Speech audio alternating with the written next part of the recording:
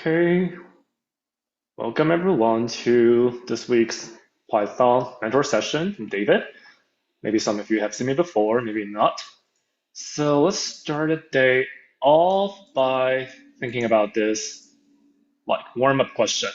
So what is your biggest challenge with Python or this class so far? Is it A, syntax type of error or other type of error you keep seeing? Or B, your environmental setup, like maybe pip is driving you crazy, maybe Git is driving you crazy, maybe Visual Studio setup is just not great, or something else. Pause a second so everyone can have a chance to share their thoughts in the chat.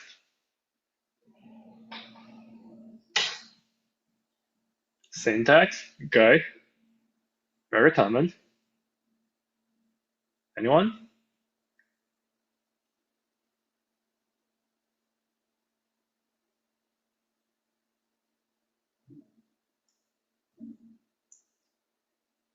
No one has seen other challenge so far. Everything is going great.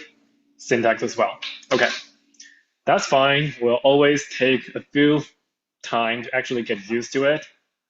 Python is not, it's bizarre language if you're coming from other one, like you don't need to instantiate the type. Is that okay? Or like, oh, I don't know, I can write function this way. Something like that. And today we're going to see some more different ways you can work with function. Primarily, we're going to start with class and object-oriented programming. So to start off, how many of you have learned about object-oriented programming in other languages? Raise your hand if you have learned object-oriented programming somewhere else. Raise your hand in with a Zoom feature. Like, let me know if you don't know how to raise your hand. Anyone?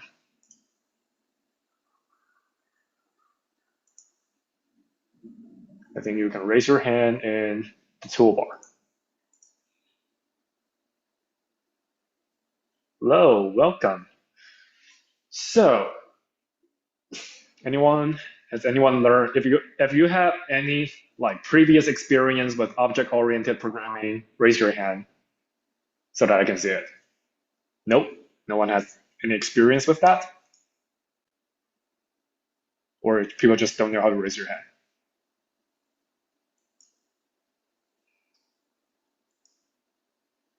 Heard about it, but never truly understand the concept. Okay, that's fine. Today we're trying to see if Python, well, I think in my opinion, Python object-oriented programming is easier than other languages, just for the feature of this language. So today we're going to see a little bit more examples of it and hope everyone can go out of the session knowing better what is object-oriented programming. So to start with object-oriented programming, we first want to introduce the concept of a class. So a class is really just basically a special object in Python that allows you to wrangle your data in your own way, to organize and manipulate the data and your functions in whatever way you want. So that you don't, when I'm working with lists, I have to worry about the index, I have to worry about like the length, I have to worry about, why is there a weird list like slicing? What if I don't want to use that? Well, you can define your own class and just work with that without ever like need to worry about the syntax. That is a potential way to solve the syntax error or to create even more syntax error. Because as we'll see, creating a class is not always that easy, or working with class is not always that easy. So there are a couple key attributes of a class. The first is the constructor. Okay, that being said, a constructor is not always required in a class. I can define a class without a constructor, but most of the time, when you're seeing a class definition, you'll see a class. This is the class name, and then you will see this part, double under, init, double under. Whenever you see a double underscore in Python, that means it's a special method. Okay, something like maybe some of you were confused about, oh, what is the double under main? Double under. That means it's a special method. It's not. It's a little bit.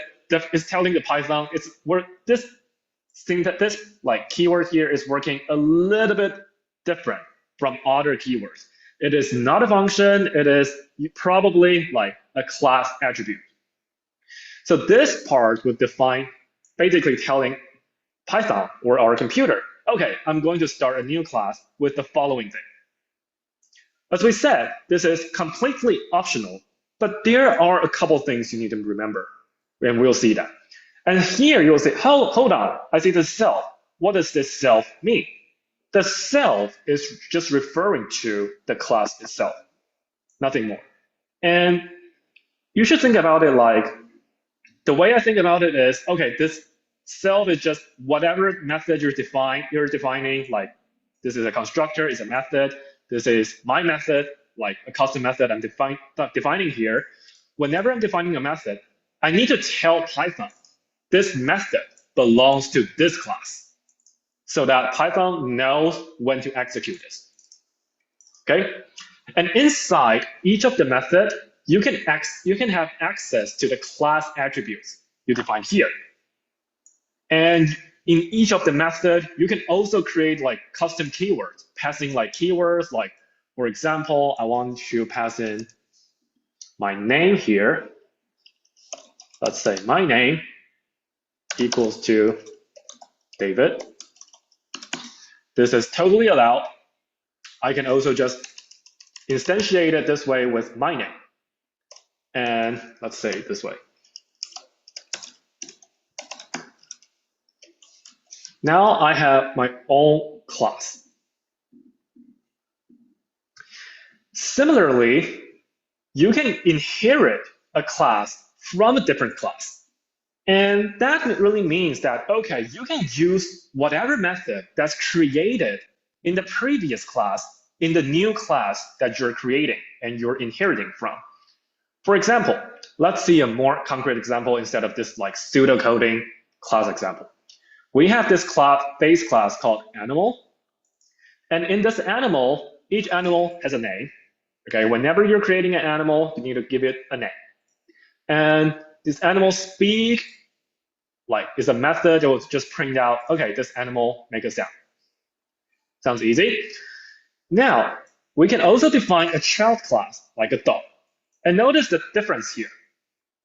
When we're inheriting from a class, we need to specify which class we are inheriting from. Notice that this happens when we're defining the class object. This doesn't happen when we're calling the class object. When we're calling the class object, when we're initiating a class object, we are following the default constructor. Do we see a constructor here? No. Then which constructor are we calling? We're actually calling the constructor from animal. And we can use the constructor from animal as well. And similarly, when we're calling the dog class, we can also call the speak method within the animal class. At the same time, we can define, or this is what we call override, the default method. Here, well, this is a cat, so it's meowing. This is a dog, so it's barking. So let's see the running. Let's try to run the cells and see the example. Let me try to put it up here. Now, so as we can see, when we're calling the dog buddy, we're actually calling this initiator, this constructor, in the bigger animal class, because by default, it's inherited, and we're not overriding it.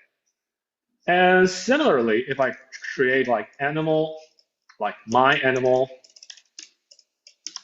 equals animal, general animal, can anyone make a guess about what this general animals, oh, it's already auto-completing for me.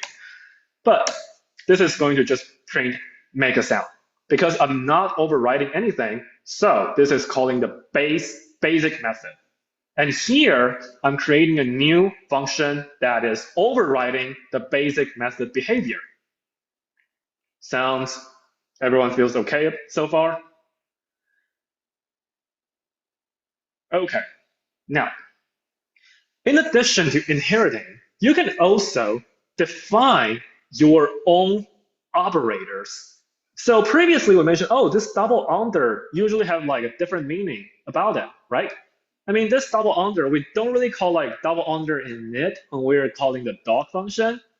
And that really means that, okay, these methods are created in a way that they're not going to be called this way, basically. And these are what we call the costume class methods. For example, you want to test, okay, if my two objects are equal, how can I do that? You can define your own equal operator. Now, this is going to just check, okay, is the name of the dog the same? Or is the name of the dog different? Now, let's try to run this function this way. I do have, let's start with this one. Dog1 is called buddy. Dog2 is called dog. Let's say, what is a good barky, whatever. Question, what will happen if I call dog1 equals dog2? What should happen?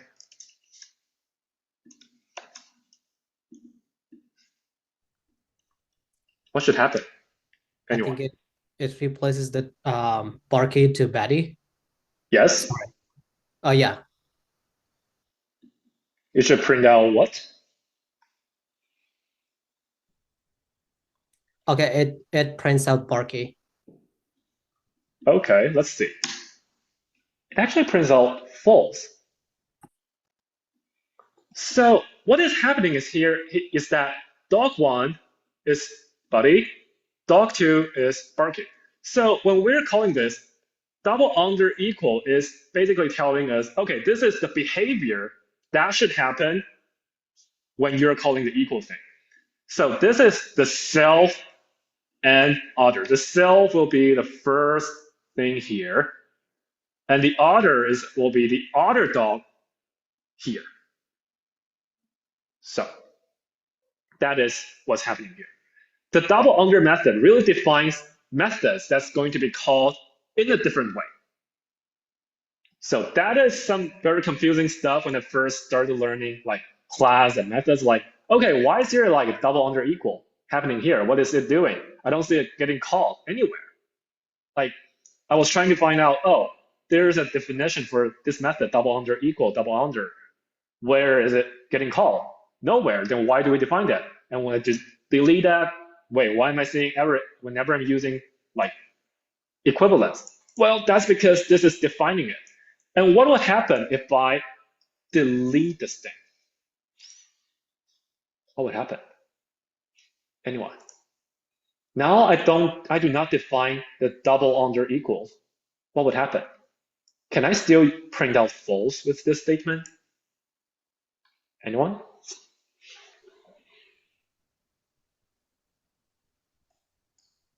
Maybe not. Maybe not. Let's try. It's still printing out because my previous runtime has it. It's not cleared up. Let's see. Let's use cat. Let's use cat. Notice that sometimes your behavior is different because, well, your setting is still cached in your Python memory. Let's try it this way. I think this one shouldn't really print out anything. Unless your Python, well, sometimes Python may have like default operator for you. Let's see. This one shouldn't print out. Well, it's still printing. Wait, why is it still? I think it's, oh. Wait, hold on. Okay. It's printing out false, but I would want to point out that this behavior is like it's not like consistent every single time. For example, I can define it this way, dot, dot. This one should print out false for whatever reason, right? So this one is not as expected. Can anyone tells me why this is not as expected? Why is it giving me, or, well, actually it says why is like, so if you, the point is, if you delete this thing, when you call the double equal sign, it's going to give you undefined behavior. It's currently false, but why is it false? Like my previous definition is like this, right? But when I delete it, I can still print it out, but it's false. Why? Well, because in this case, Python is just, I guess, it depends on which version of Python you're calling. The Python is just telling, oh, is it the same type of class or not? Is it the same animal? Well, yes. It's going to call the default like equal thing or whatever thing in the default class, and then print out something you were not expecting. And it's a dangerous behavior. Like using double, like instantiating an equal instance without knowing what will happen is dangerous. So that is what's happening here. Now, let's try to see what's wrong with this class. I'm going to, can anyone tells me what is wrong with this class? Or nothing is wrong?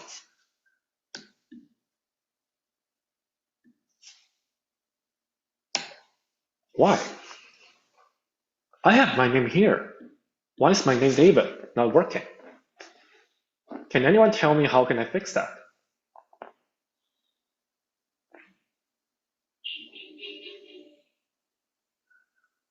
Anyone?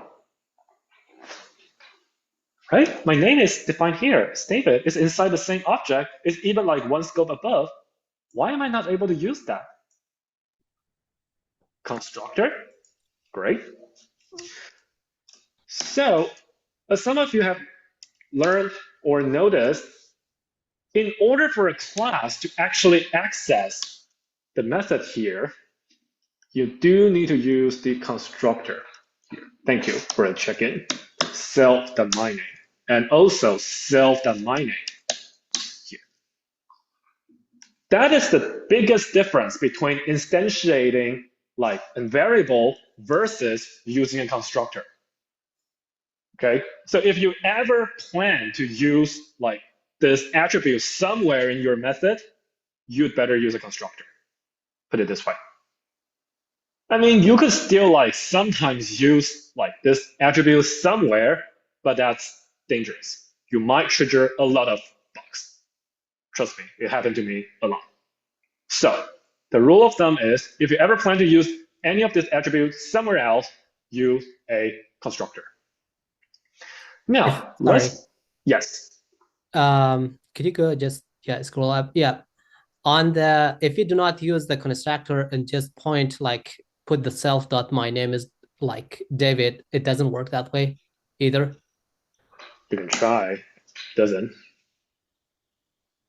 Okay. Because you are not defining what this self is in this instance. Like, basically, if you don't specify the constructor,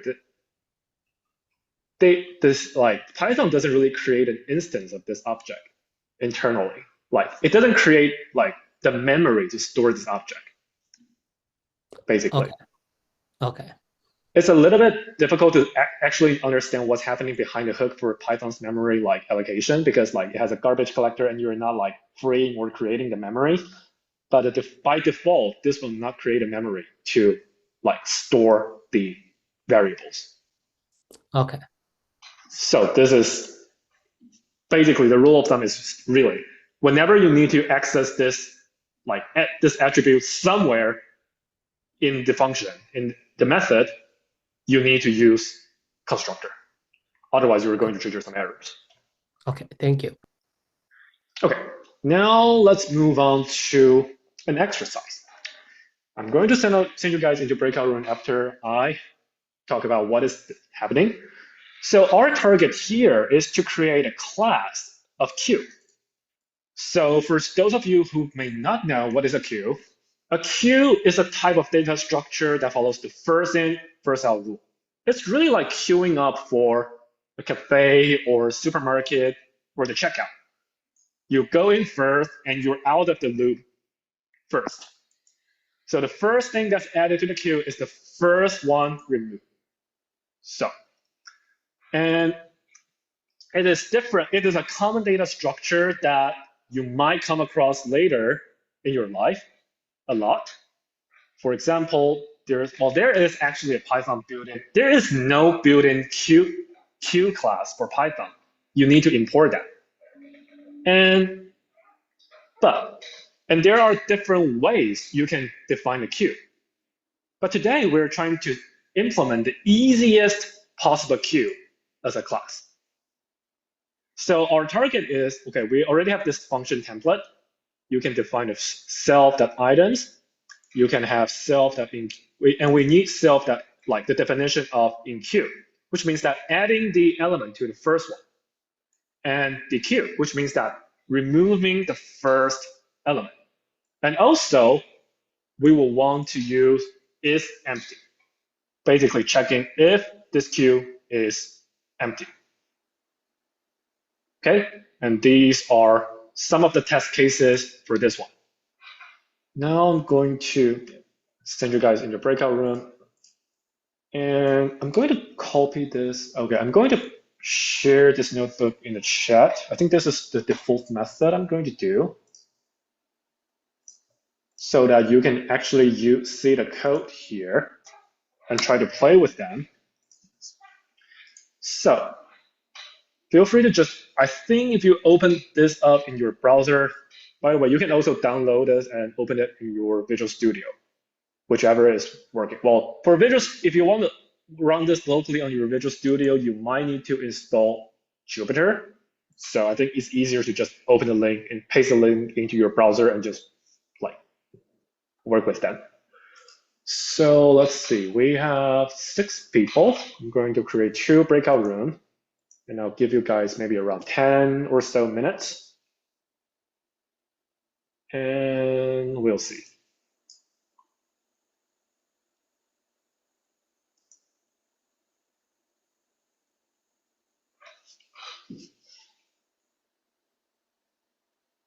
Okay, you should see the breakout room pop up.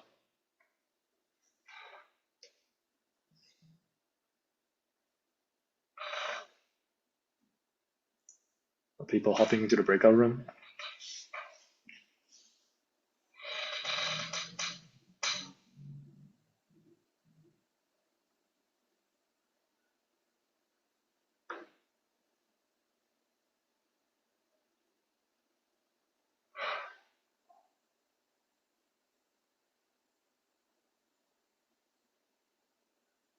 Okay, because some people probably just idle, not like actually in front of the screen.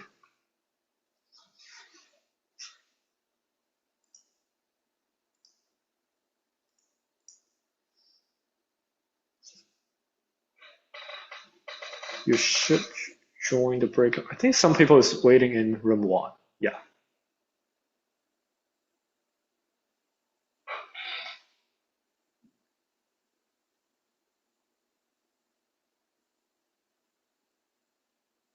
I think room 2 is there.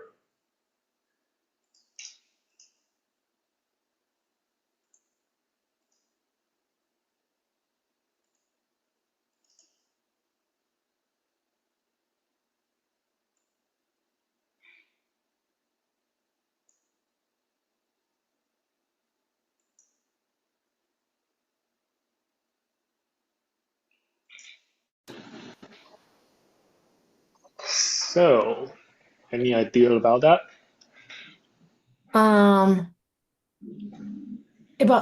About what? About the Q class. Ah, Um, um, so like you say, QE is FIFO used FIFO method, right? first in, first out. Yes, So first in, first out. yeah, so when we define the queue in Yes. queue, it means adding elements on the queue.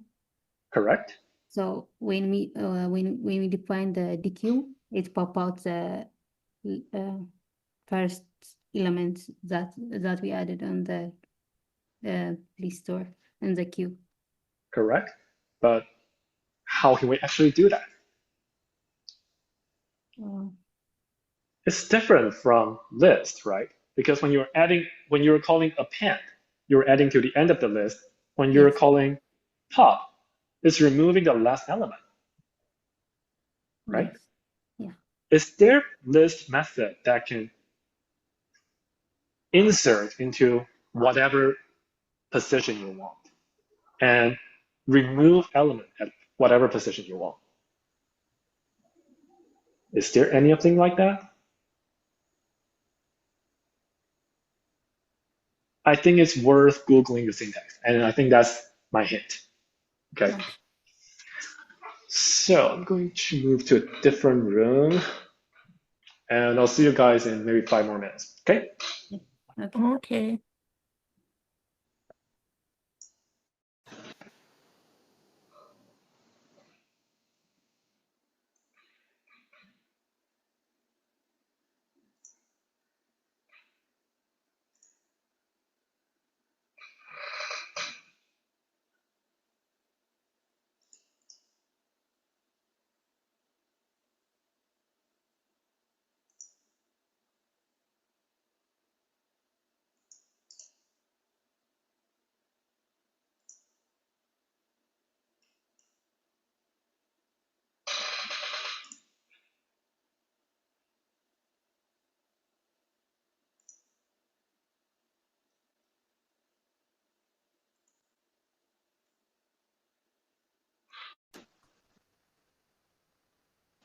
Hello, everyone. So, any ideas so far?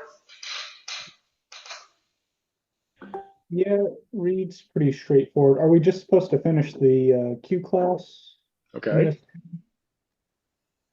Or are we supposed to do more than that?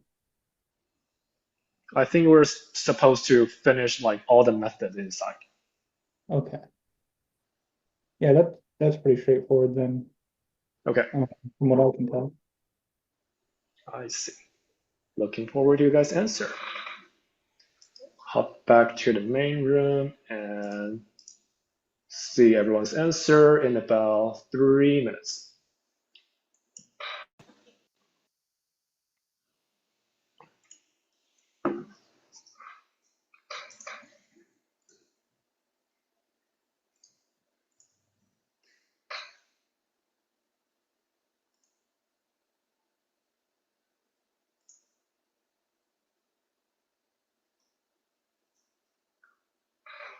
Hello, if you just joined the session, we're in the middle of a breakout room, and we are just talking about defining this class of Q. Feel free to think about this a little bit.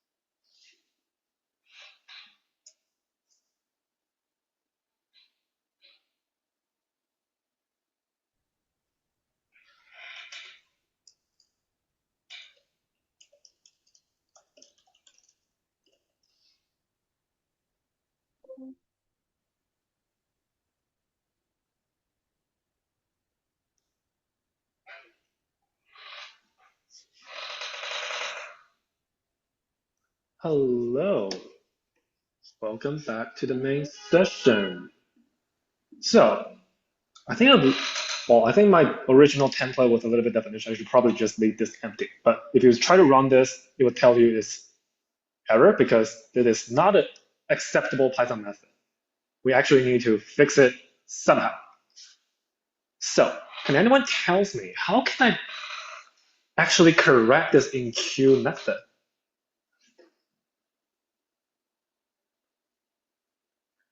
I mean, by default, I'm creating a list here. Yes. I mean, queue is kind of container like that. I can put a lot of different numbers, a lot of different strings into it. But yeah, how can I make sure it's first in, first out? If I'm using a list, when I'm appending, I am adding to the end of the list. And when I'm popping from the end of the list, right?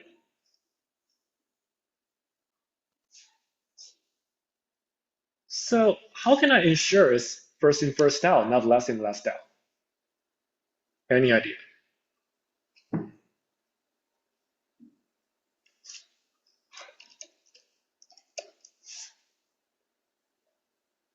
So it's always just the default behavior of the append method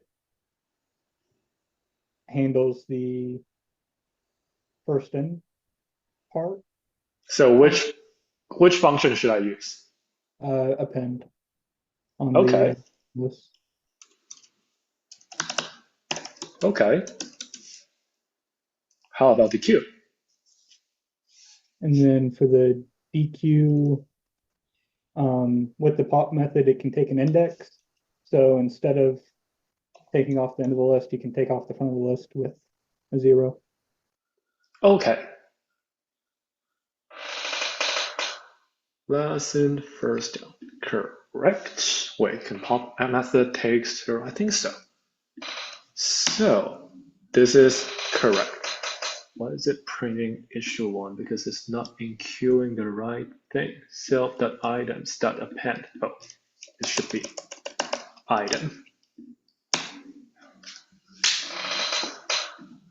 Correct. So, but there is one thing that's worth thinking. This is a bonus question. I'm not going to cover this. But can anyone tell me, does it take the same time to pop the last element and the first element? If you know this concept.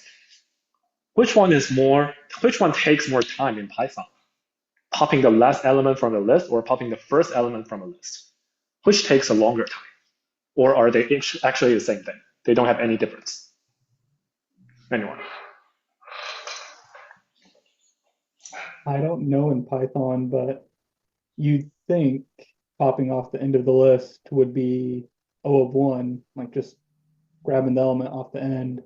And you'd think it'd probably have to be shifted if you grab the one off the front to where it'd be O of n, maybe. You'd hope it wouldn't be, but maybe.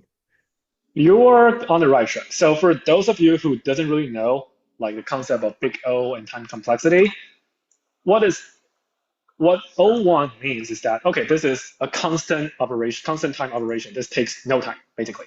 This is just something that's happening in 1 second, regardless of the size of the vector or list you have. Like if you have 100 people, 100 items in this queue, it takes 1 second. If you have 1,000,000 items in this queue, it takes 1 second. That is what O1 means. On the other hand, if it's big O of n, that means, okay, if you have 100 items in this queue, it will take 100 seconds. If you have 1,000,000 items in this queue, it will take 1,000,000 seconds. So On versus O1 is a very significant time difference. And you're correct. In Python, or most of the programming language, popping at the end is O1, and popping at the front is an On operation. For deeper problems, we're not going to cover this in this class. But if you're interested, it's about memory, like contiguous memory allocation problem. So the queue in this case will take, if you have one item or 10 items, it probably doesn't make a difference. But if you have like a whole 1,000,000 items in the queue, your dequeue is going to take forever. But there is one way to make your dequeue O1 operation. Somehow by using toList. I would encourage you to think about this or Google around like create, this is called a method called like a double stack queue. Basically you use two different like lists to initiate your queue. And somehow with some more clever manipulation, you can make sure your in-queue and dequeue both run in O1 time complexity. This could be an interview question someday. So that is an like additional thinking question you could go over. But that is beyond the scope of this class. We're not going to cover like time complexity and like those things in general. But that's a question that's worth thinking on the learning perspective. And similarly, we can also initiate this queue by inheriting from a list, so that you do not need to write down, okay, self.item is like a list. You can just inherit and use the list method as here. Sounds straightforward, right?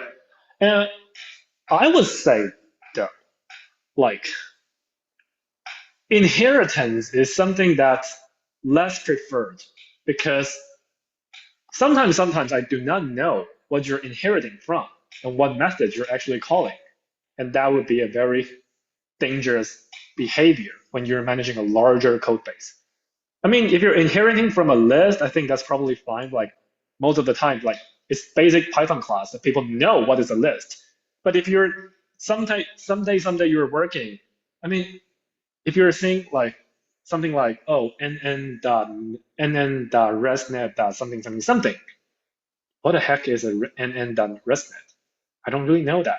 It's inherited from neural network. It's inherited from ResNet. Okay, so it's inheriting all the methods from neural network and ResNet, and also it's CUDA based. Hold on, how many functions can I actually call with this? And what is the default behavior of constructor? What is the default behavior of this double equal? I don't really know. So if you're inheriting way too many things, it's dangerous. Okay. Now, let's move on to part 2. Before that, any questions about class and basic OOP concepts? Anyone? Okay. So in my opinion, the best thing about Python object-oriented programming is that you do not need to worry about destructor. For those of you who may have coded in other languages that may need a destructor, you do not need to worry about a destructor. You do not need to worry about like a virtual function and something. And yeah, it simplifies a lot of things and for you. But it also gives you a lot of places where you might shoot yourself in the foot, like because it's just ambiguous. Now, let's move on to decorators.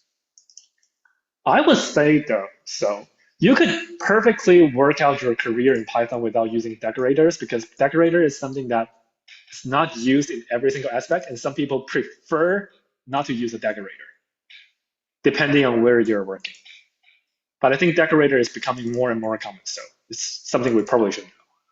Decorator is a special function that wraps another function to modify or enhance its behavior. What does that mean, right? Is applied to using like decorator name something and allows you to reuse the code. What does that even mean? So basically, in order to create your own decorator, you need to create a function that's input is another function. So fundamentally, my decorator is a function that whose input is just another function. Yes, function is another type of object in Python. You can put a function into another function and ask this function to call this function again. This is something that Python is doing. It's kind of blending in some of the functional programming like paradigm into it. The same thing as lump. Well, if you're using like some of the list comprehension method, you're already kind of secretly using it when you're using the lambda method. It's a similar concept. You're basically calling a different function. So, for example, in this class, in this cell, we're defining a decorator and that's taking in a function.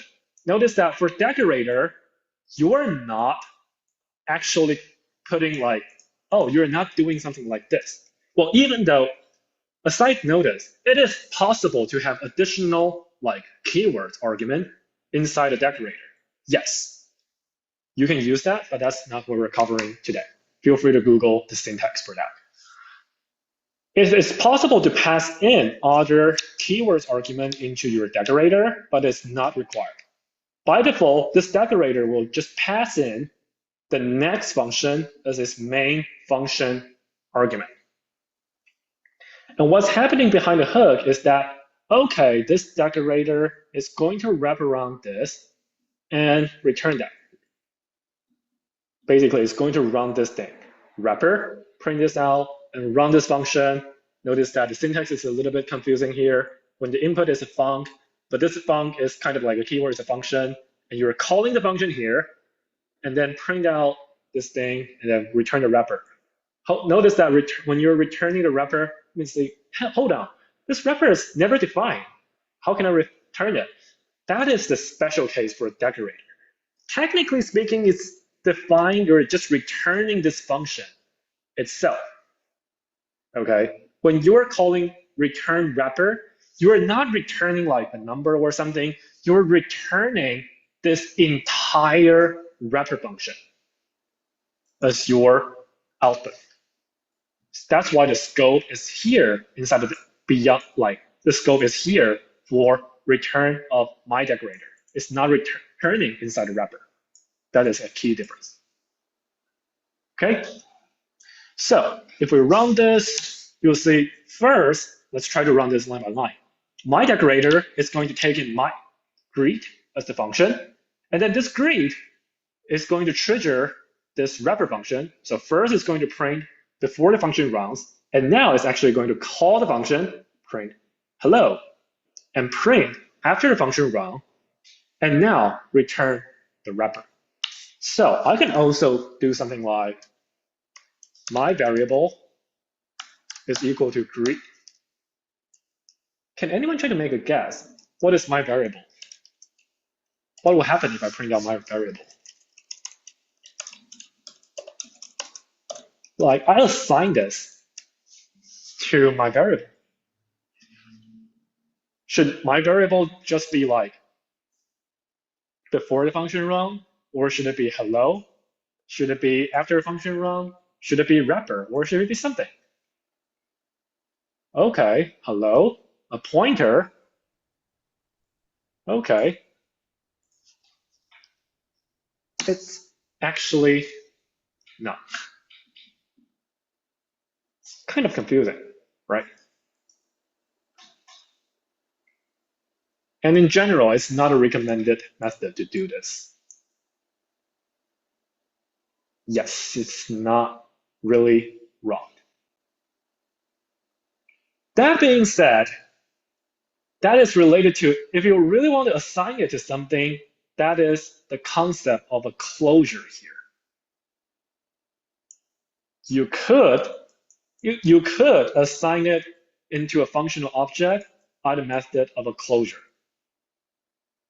Okay, we'll talk about how can we actually assign my var to this greet function later with closure.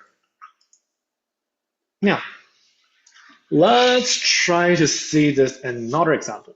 We have this logger class. What would define here? What will be the output and what is the role of this arguments and like keyword arguments? What would happen when I run this?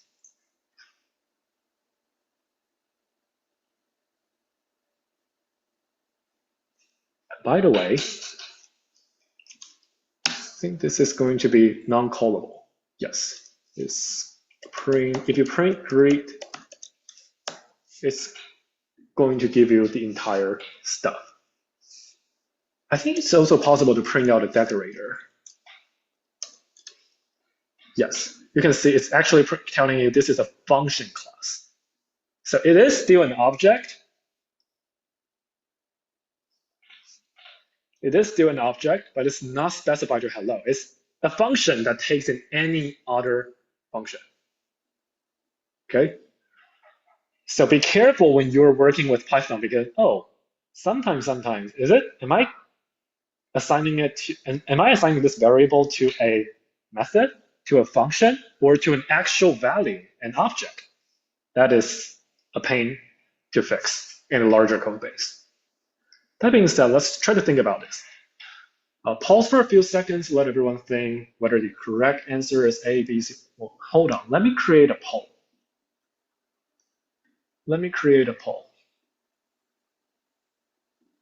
How can I create a question?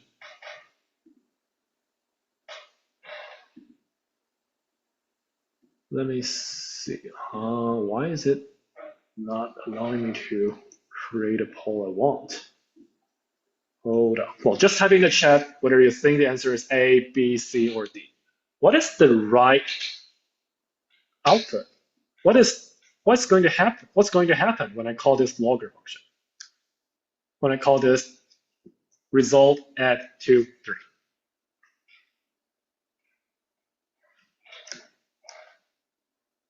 Oops, I already showed it, but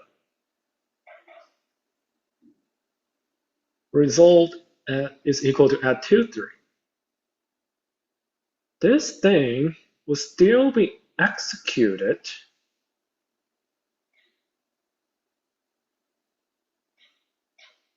This thing will still be executed. It's going to call this logger function. The logger is going to trigger this wrapper. The wrapper is going to call func.name.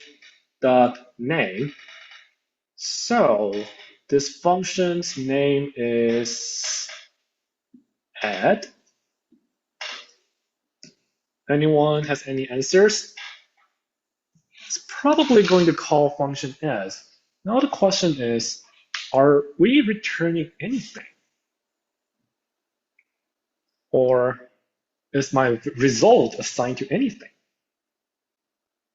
Anyone else?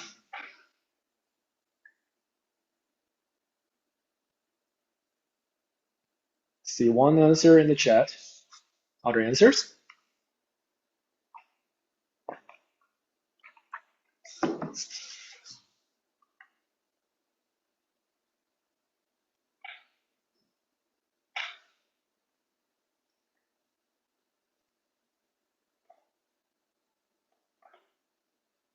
Okay.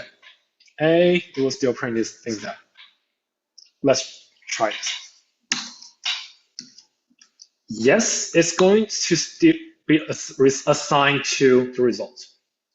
So what's happening here is that when you call logger, let's try to walk through what's happening. When you call logger, logger is going to take in this function add xy, and this xy is specifying, okay, you do need to use, if you have this keyword argument and arguments, then you're going to print out this function and then return the function with the keyword arguments. Notice that if you do not allow this, then you're going to see an error. Because, well, your logger function is not expecting a function with keyword argument, and you're giving it. So when you're working with decorator, you need to make sure, okay, your function, your decorator can actually correctly accommodate whatever function it's taking in. Okay? And similarly, when you're adding like keyword arguments and positional arguments to your logger decorator, it's possible to do it this way, like, and then, and you might still have like errors here. This is not what we're concerned about today. So it's still printing out, and the result is assigned to 5. This wrapper has a return value. Notice that in this thing above, my variable is not assigned to anything because it does not have any return value.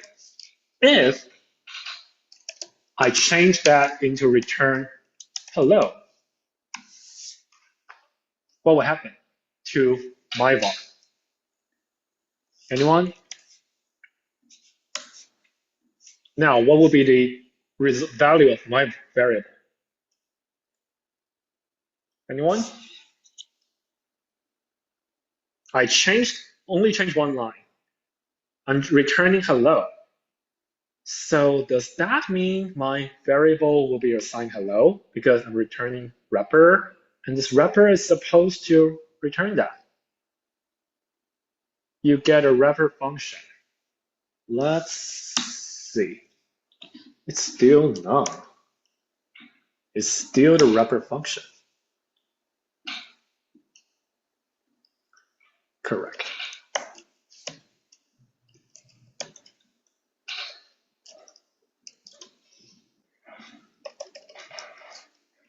Yeah.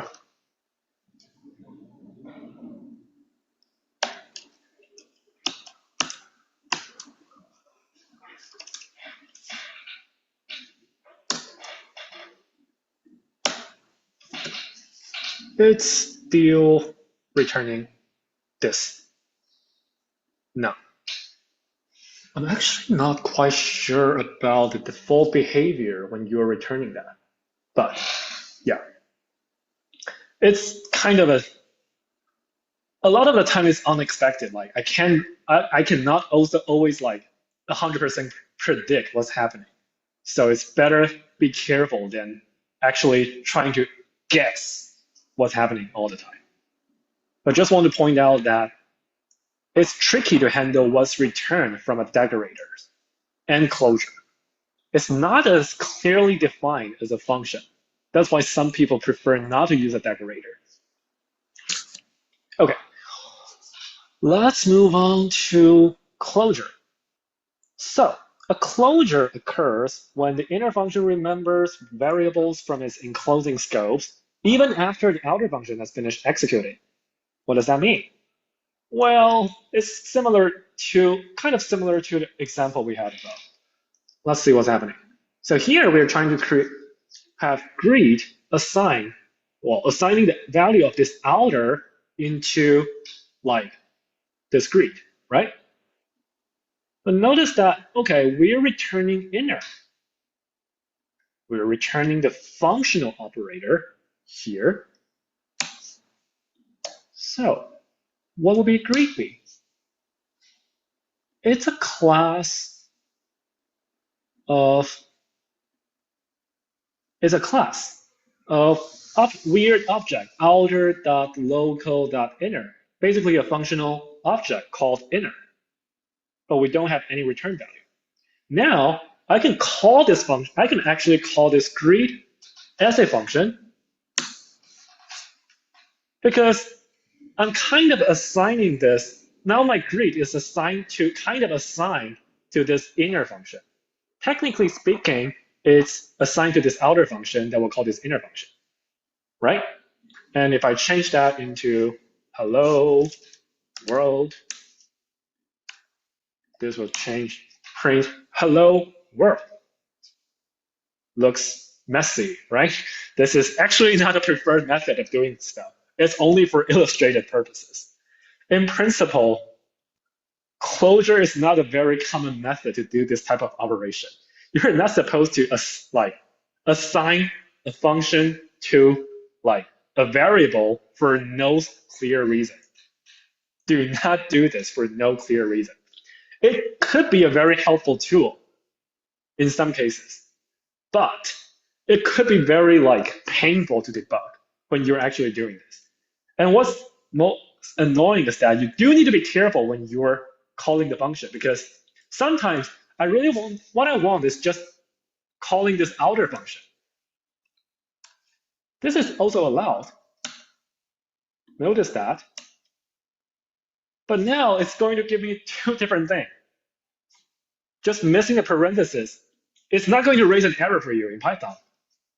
but it's going to change the behavior because of this default closure setup. Basically speaking, closure can allow you to, well, we already learned that a function is kind of also an object in Python. You can like assign a function as a variable and pass it around. And when you're passing it around, you don't necessarily call it. Sometimes you're just, okay, this variable is assigned to this function. Or this variable is assigned to the return value of this function. That makes a huge difference. Okay? That is the major thing you need to think about in closure. Am I assigning the return value of this function to this variable, or am I assigning the function itself to this variable?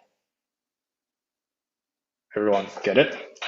So here, what I'm doing is that I am returning the function, the return result of this function to this variable. And the return result is still a function. On the other hand, if I'm only doing this, let me just do it this way for clarity. Return message. This is allowed. And if I print outer, I get a function because yes, I'm assigning out my greet to be a function. On the other hand, if I'm adding two parentheses, well, a set of parentheses around by calling outer, now I'm calling it. Now my return value is a string. Your editor or IDE should be able to tell you, okay, what is this variable currently assigned to? Okay. And now when I'm printing this, why am I still getting it? Voila, I'm getting, oh, I should print greet. Hello world. That is the major thing about closure you need to think about. And also you can think about, you can just base it here and still return this inner. Closure really allows you to like still access this information. Sorry, it should be outer. And then printing outer is a function, but this function is actually the outer function, not the inner function. But if I assign it this way, what is assigned to greet is now the inner function, not the outer function. This sounds like a tongue stutter, but you do need to be careful when you're passing around like a function or a like returned value of a function. That is a major like challenge when we're working with closure. It's a feature in Python that personally I would never use. I would always try to write the things that's defined in a better way than a closure. I am not a fan of closure, but some people use that, and you might still see that someday. So you should notice. Okay, so now here we have an example. In the first week of class, we already talked about what is global and non-local variables in Python. So basically, a global variable will tell Python, okay, this is a global variable that's outside of this function that should be accessible everywhere. This non-local variable means that, okay, it's probably not local, but it's probably still like maybe one or scope above me. It's still in my memory. It's still somewhere. And let's see. What is the final counter value here?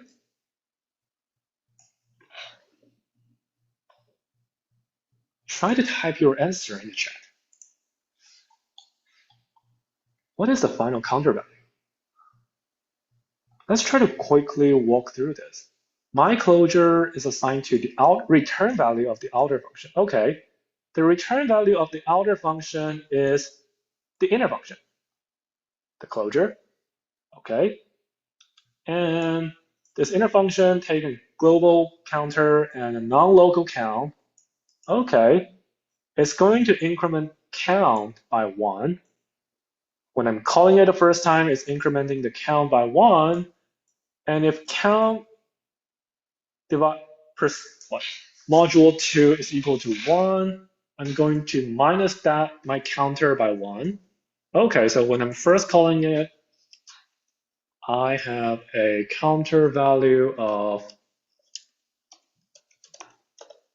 my count value should be 1, and my counter value should be -1. Can anyone tell me what should happen in the next iteration? What should my count value be? Should it be 0?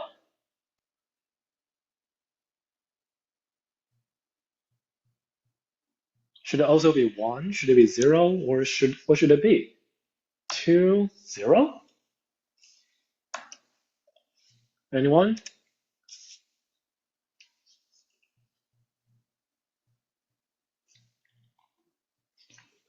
Counter minus 1. Still -1? Stays -1. Okay. How about this next iteration? Well, it's not an iteration. How about the next call? What should my counter value be?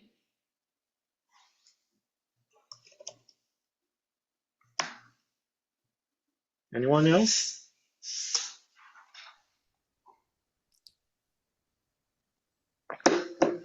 -2 for count or counter? Negative, I see. Okay. Counter should be -2. Count 2, counter -1. Are you seeing this or this one? The last one. Oh, the last one, counter 3, count 3, counter -1. Counter -1. Okay. Count is 3. That means we should reduce the counter by another 1, right? Let's see.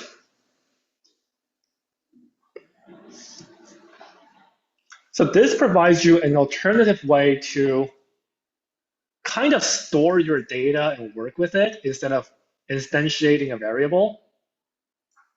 Kind of. But as I said, this is not a very good practice because you're hiding like a lot of the operations. This is a bad practice. This is an illustrative example to show you how Clojure could work. But this is a bad coding example. Why? Because you're creating this variable in 2 different scopes that could have been in the same scope. And you're changing their values without like a very clear, like readable definition. It's not like it's not clear, it's clear for the computer. It's not readable for human. It's not reader friendly for human. Put it that way. This is a not ideal coding example. Okay, so, but this is one way to write Clojure code. Notice that you can still access this function. You can keep calling this function without reinitiating it. That is the power of Clojure.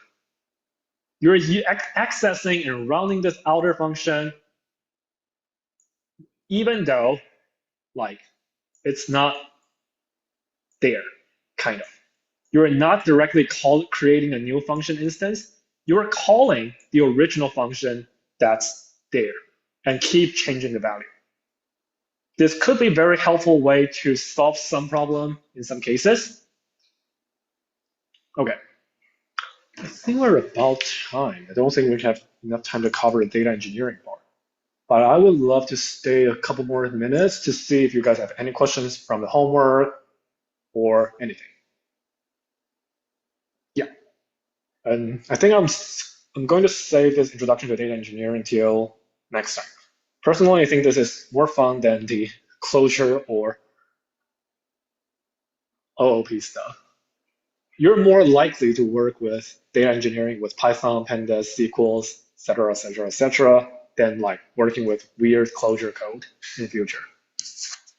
Any questions from the homework that you guys would like to go through?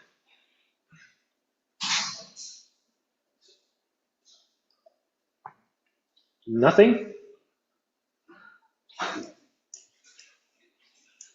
Object and class. What put it this way, there isn't, what do you mean by object and class? Because inherently in Python, all class is a special type of object, I would say. It's, if you're coming from Java, then you're probably not, I'm not sure if you're coming from Java or other languages that there is a huge difference between a class and an object, but inherently, like in Python, class is kind of like a special object that allows you to like, class is basically your custom object, put it that way. I'm not quite sure if I'm getting these questions in the right sense.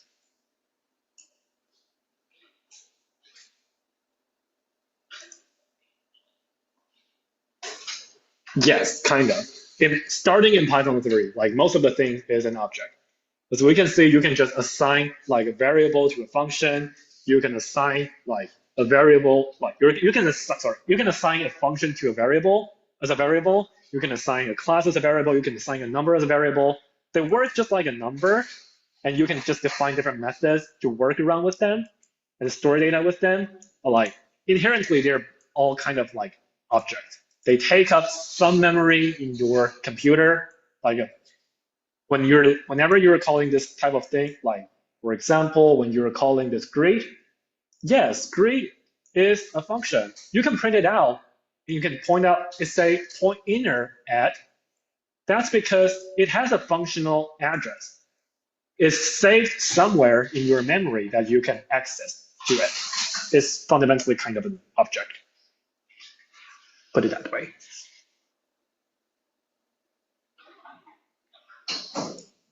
Other questions from the homework or about Python in general, or maybe about next week's material?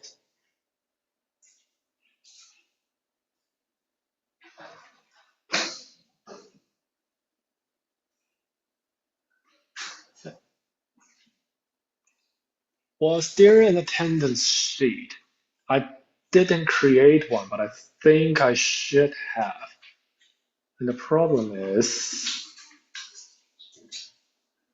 okay, the problem is I don't have the right name. Whenever I'm trying to enter the name for everyone into the attendance sheet, I got an error because you guys are using different name from in the Slack versus here in the Zoom. That's giving me a headache, but I'm not like seriously taking attendance, put it that way. But I strongly encourage you guys to come.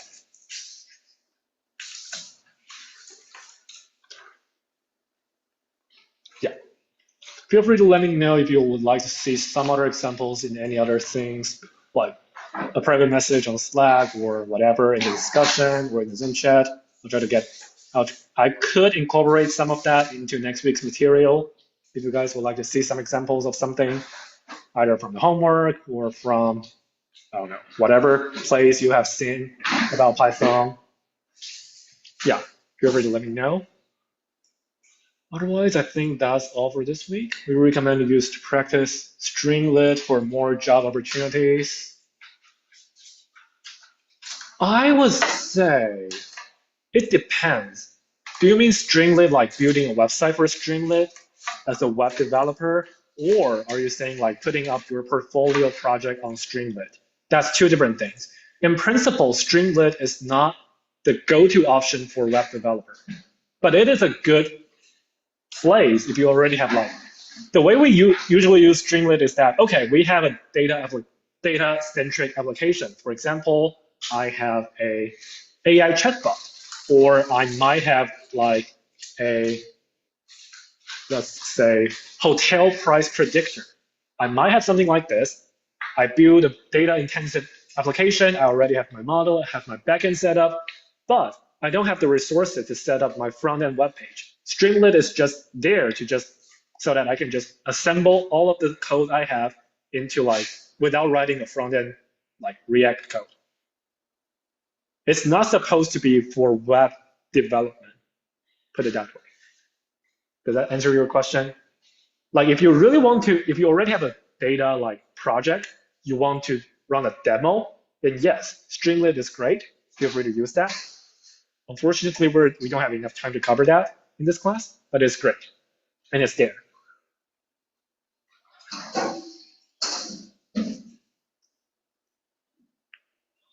Okay, hope that clears your question. Any question or anyone from the homework or whatever?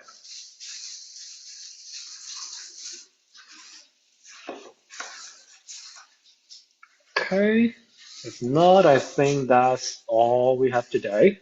So next week we'll start to transition into the more interesting part of Python 100, where you can actually start working with data, start working with data visualization, start knowing how to wrangle around data sets and how to plug them out instead of working with lists, tuples, and without actually knowing what's happening. You will also start learning like a little bit of SQL. And yeah, as a side note, if you have time, because that is a pitfall in this Python 100. It's not just about Python 100 because it's also about a little bit about SQL. So if you have time, and if you have never learned about SQL, try to Google or look into how to write SQL code, basically. And we'll also provide some guidance on that as well, starting probably next week. Yeah, thanks for coming. I think that's all for today. And yeah, hope I'll see you guys next week.